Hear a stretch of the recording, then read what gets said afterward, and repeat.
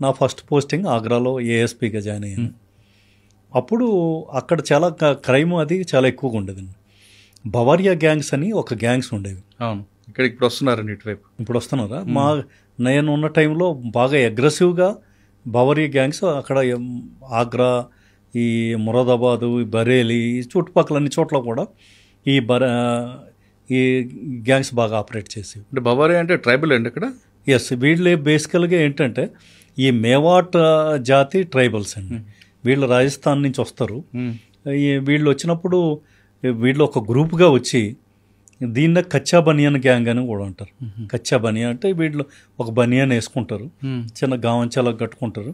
వీళ్ళ చేతుల్లో ఈ మారణాయుధాలు ఉంటాయి, కత్తులు, ఈ సమ్మెట్లు, ఇటువంటివి. ఈ వీళ్ళు ఏం చేస్తారంటే ఊరికి అవుట్స్కట్స్లో ఏ ఇల్లు ఉందో, రిచ్గా ఏ ఇల్లు కనిపిస్తుందో వాటిని ముందే వీళ్ళు రెక్కీ చేసుకొని దాన్ని టార్గెట్ చేస్తారు. ఆ ఇంట్లోకి అటాక్ చేసిన తర్వాత ఆ ఇంట్లో ఎంతమంది ఉంటే అంతమందిని చంపేయటమే మొత్తం. వాళ్ళ ఆపరేషన్ ఏమో కూడా రాగానే ముందు పెద్ద కర్రతో కానీ సుత్తుతో కానీ తల మీద కొడతారు. ఎందుకండి అంటే మరి ఆ ప్యానిక్ అయిపోయారు, ప్యానిక్ అయిపోతారు. అంటే అవతల వాళ్ళు ప్యానిక్ అవుతారు. రెండోది ఆ ఇంట్లో ఎవరిని బ్రతకనివ్వరు. అందరినీ కూడా వీళ్ళు ఎప్పుడు కూడా తుపాకులు అయ్యి వాడరు.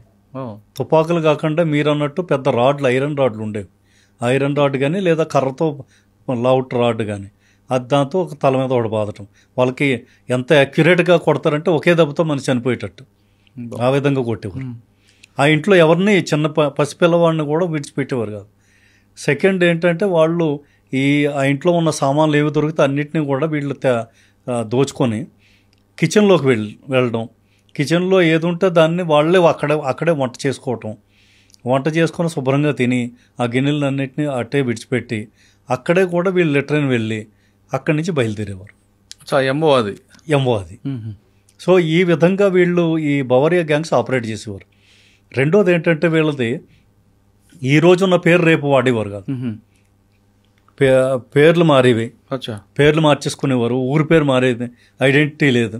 సో వీళ్ళని పట్టుకోవడం అనేది మాకు చాలా కష్టంగా అనిపించేది.